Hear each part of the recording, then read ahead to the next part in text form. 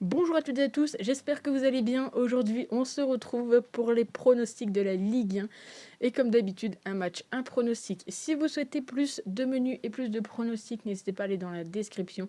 Voilà, cette semaine, tous les jours, j'ai posté des pronostics, que ce soit sur Instagram et sur TikTok. C'est exactement la même, donc si vous êtes sur Instagram ou sur TikTok, n'hésitez pas à aller jeter un petit coup d'œil en sachant que sur Insta, c'est un peu mieux. Parce que TikTok, des fois, il met des restrictions alors qu'il n'y a rien du tout. Mais c'est pas grave. On fait avec. Donc, si vous souhaitez plus de pronostics, n'hésitez pas à me suivre sur les différents réseaux. Et nous, on est parti avec Monaco contre Reims. Donc, Monaco est donné largement favori pour ce pronostic. En soi, c'est pas étonnant. Voilà, Reims, ils sont actuellement 15e. Ils ont enchaîné les défaites. Du côté de Monaco, c'est plus correct. Mais attention, parce que Reims, à Monaco, ils arrivent à ne pas trop perdre de points. Leur dernière défaite en Ligue 1 à Monaco, c'était en 2014. Et sinon, c'est en 2020, mais en Coupe de France. Donc moi, je ne prends pas la Coupe de France. Et ici, on est là pour parler de la Ligue 1. Donc voilà, attention à ça. C'est pour ça que je ne vais pas vous proposer de partir sur Monaco, mais plutôt de partir sur là où il y aura le plus de buts. Et on va partir sur la deuxième mi-temps qui est cotée à 1,99. On passe au match de samedi et c'est Saint-Étienne qui reçoit Nice. Ici, je ne serais pas trop surprise, moi, d'avoir un nul. Voilà, je ne serais clairement pas surprise là-dessus. Donc, Saint-Étienne est 16e. Il faut plus qu'ils ne perdent, tout simplement, pour espérer se sortir de cette zone de relégation. Bon, actuellement, ils sont pour les barrages. Mais voilà, il va falloir qu'ils prennent des points. Et ils vont jouer contre Nice. Nice qui est en forme, hein, Nice qui est actuellement 3e. Alors pour ce match-ci, on va faire une petite exception, mais vraiment de pas grand-chose. Vu que je vous propose tout simplement le fait que Nice marque le premier but, c'est coté à 1,49.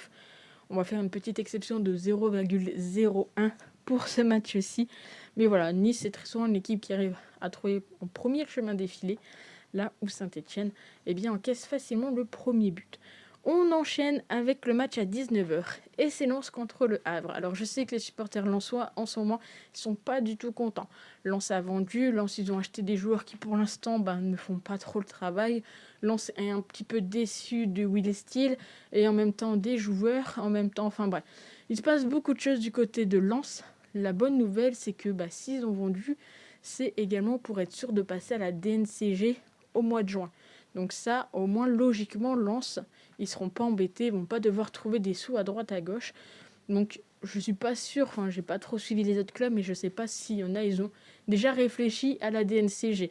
En tout cas, c'est un peu tout ou rien. Du côté du Havre, ils sont pas du tout non plus en bonne forme, hein. Ils sont 17e. Donc clairement, ça serait un match pour que Lens puisse se relancer. Mais voilà, à domicile, cette année, les Lensois, c'est pas joli. Ça a du mal à marquer. Voilà, seulement 10 petits buts. Bon, sur 11 matchs, ça fait à peu près même pas un but par match. Ils en encaissent 12.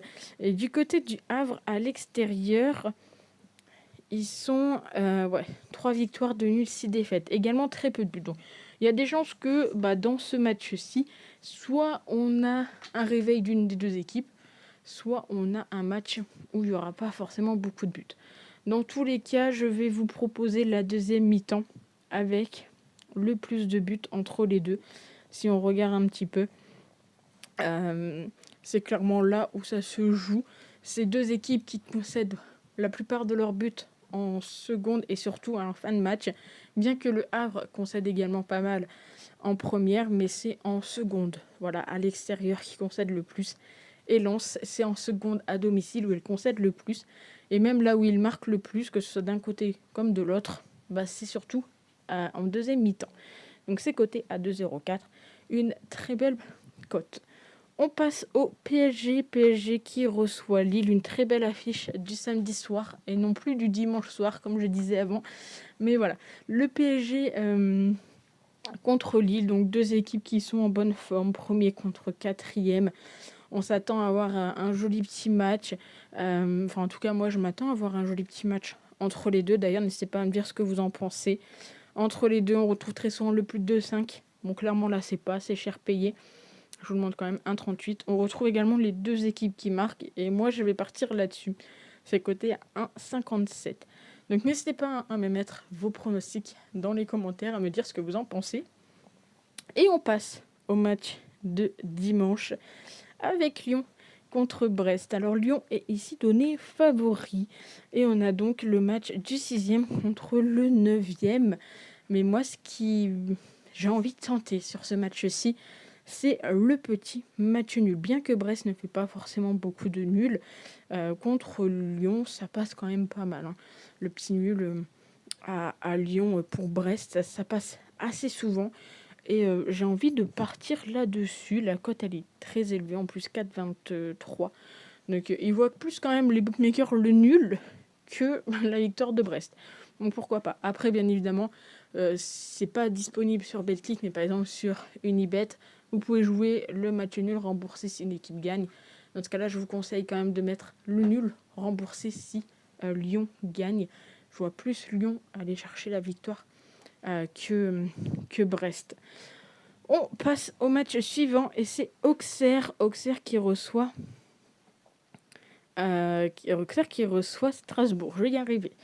Là également, bon, petit match entre le 7e qui se déplace chez le 11e. On a deux équipes qui aiment bien faire quand même des petits nuls.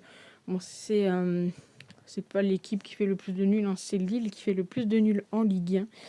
Mais voilà, 7 matchs nuls pour les deux équipes. Au niveau de la forme, peut-être une meilleure forme quand même pour Strasbourg. Si on regarde un petit peu à domicile, Auxerre, c'est 6 victoires, 5 nuls, une petite défaite. Et honnêtement, j'ai pas l'impression que... je les vois pas trop perdre contre Strasbourg.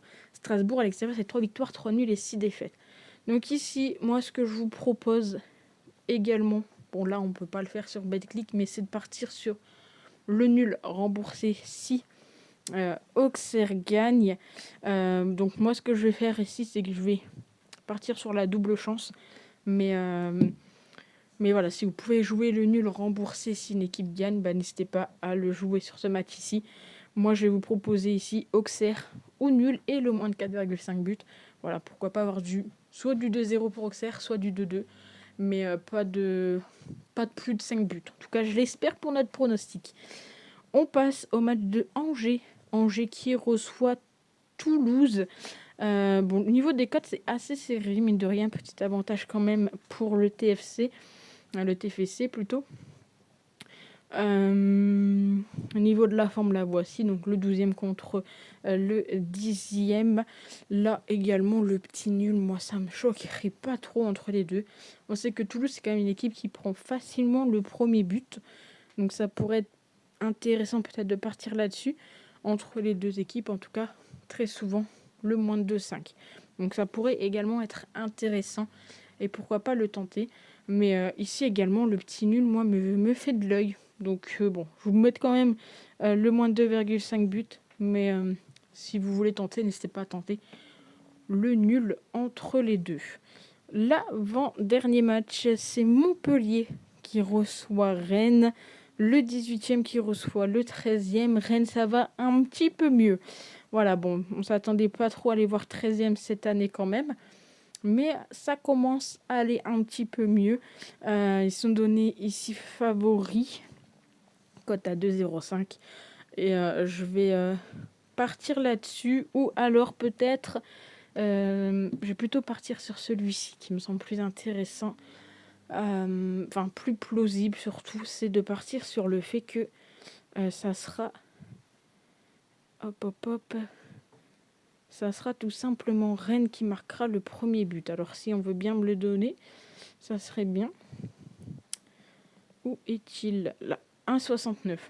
1,69, il faut savoir que Rennes, sur les 7 derniers matchs contre Montpellier, 5 fois, ils ont inscrit le premier but. Et sur les 10 derniers matchs de Montpellier, 10 fois, ils ont pris le premier but. Alors vraiment, ça serait vraiment pas de bol si pour ce match-ci, c'est Montpellier qui inscrit le premier but. Mais dans la logique, même s'il n'y a pas de logique dans les paris sportifs, ne l'oubliez pas, on va partir là-dessus. Et pour finir, Marseille qui reçoit Nantes. Marseille ici donné favori, cote à 1,40. Donc le deuxième contre le 14e. Entre les deux équipes, on a 9 matchs sans aucune défaite pour Marseille. Très souvent également la première équipe à marquer. Je vais tenter pour ce match-ci le fait que Marseille gagne à la mi-temps. Nantes, c'est une équipe qui prend beaucoup de buts en première et surtout dans le quart d'heure, 15 minutes, 30 minutes. Donc je me dis pourquoi pas voir un petit but à la mi-temps. Enfin un petit but. La victoire de Marseille à la mi-temps qui est cotée à 1,79. Donc voilà pour les 9 pronostics de la Ligue 1. N'hésitez pas à me dire ce que vous en avez pensé dans les commentaires. Enfin mettre vos petits pronostics. À vous abonner si cela n'est pas déjà fait. À mettre un petit pouce bleu. À me suivre si vous le souhaitez sur les différents réseaux. Et puis nous on se retrouve très vite pour une nouvelle vidéo. Ciao.